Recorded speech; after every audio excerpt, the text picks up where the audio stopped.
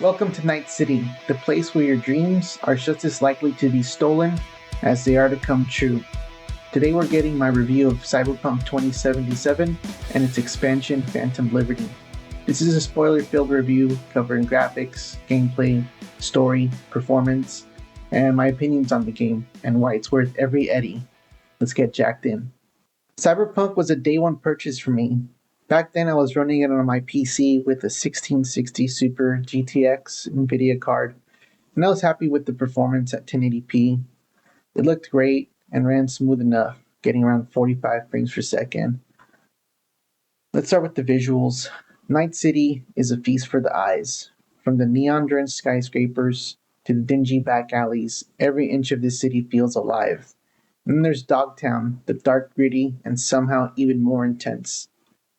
CD Projekt Red, our masters of lighting, shadows, and textures, have all been improved since the Rocky launch.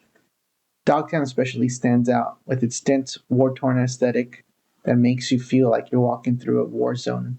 The character models are gorgeous, cyberware details. Don't even get me started on the weather effects. Watching a rainstorm rolling over Night City is pure magic.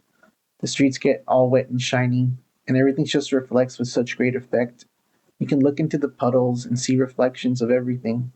Fortunately, my current GPU is a 6750 XT. Doesn't really do ray tracing or path lighting, but from what I have seen, it doesn't seem like it really is worth the performance hit. I have a TV with 120 Hz refresh rate, and the HDR really works in this game when you step out into the sunlight from a dingy bar with all the abundance of neon. This game really shows why it's a benchmark piece every second you are playing it. Textures are amazing. The materials look so right that your brain often forgets it's a game. All the assets mixed with the artistry of where things are placed really adds to the realistic feeling and lived in spaces. It really knows how to set a scene or make you question what has happened before, just from item placements and the convincing NPCs. This game had a budget of like $400 million, and then you take that into account all the work that went in after countless patches, shows where all the money went. It's wonderful to look at. The story is where things get a little muddy.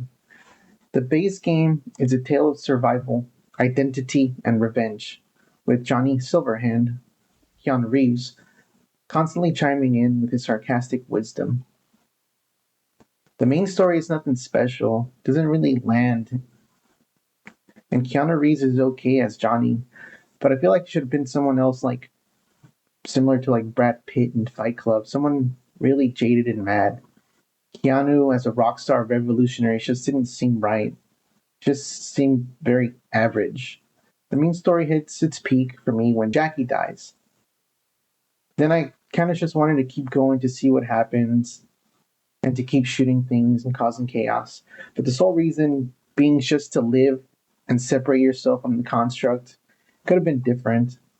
Where the story shines is really in its side characters. They are all fleshed out above and beyond what any other RPG or action games are doing.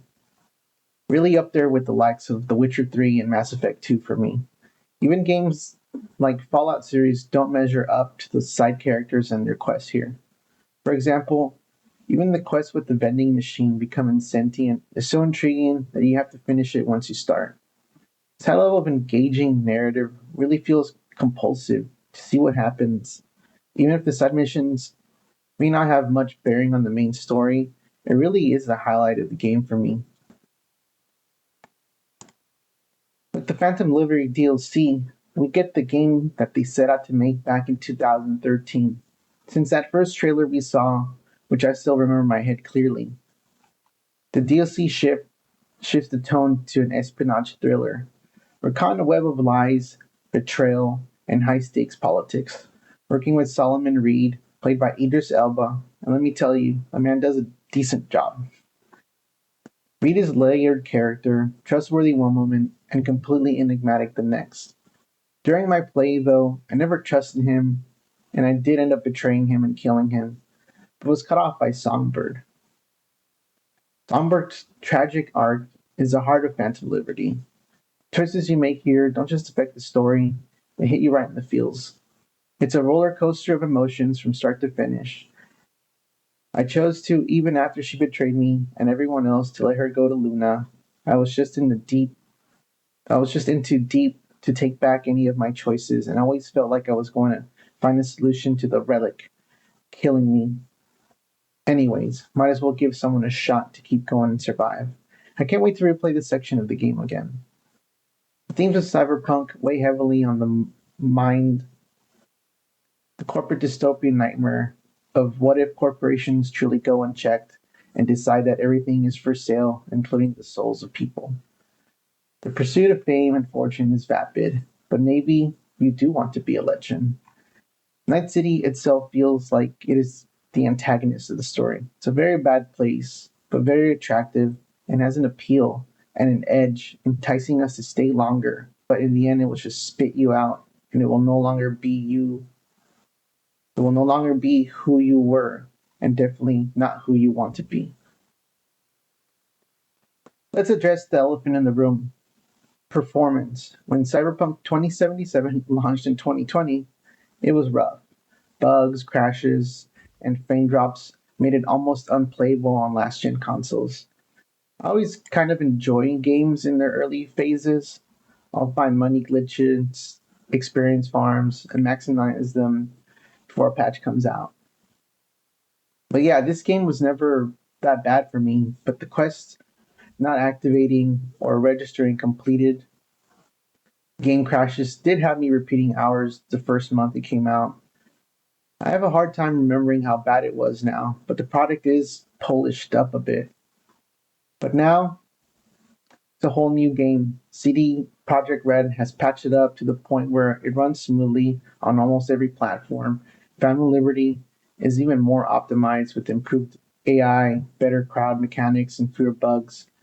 I've seen the game running on Steam Decks, Asus ROGs, portable devices. It's quite the spectacle to see now. PC. The game looks stunning and runs like a dream. And so is it worth it? Between the game and the DLC, you're looking at over 100 hours of content. A lot of bang for your buck. The side missions alone are better than the main quest in some games, and the replayability through the roof. Different builds, different choices, different outcomes. It's all there. Different endings. At its current price, Cyberpunk 2077 with Phantom Liberty offers more value than most AAA games out there. If you're on the fence, just do it. You won't regret it. It's a great game.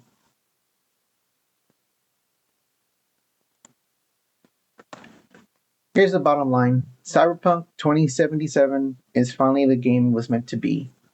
And Phantom Liberty is a cherry on top. It's fun, emotional, and endlessly replayable. Whether you're a returning player or diving in for the first time, this is one ride you don't want to miss. So grab your cyber deck, hop in your car, and let Night City work its magic. Thanks for watching. If you enjoyed this review, hit the subscribe button and tell me in the comments what's your favorite way to cause chaos in Night City. Until next time, chooms, stay safe out there.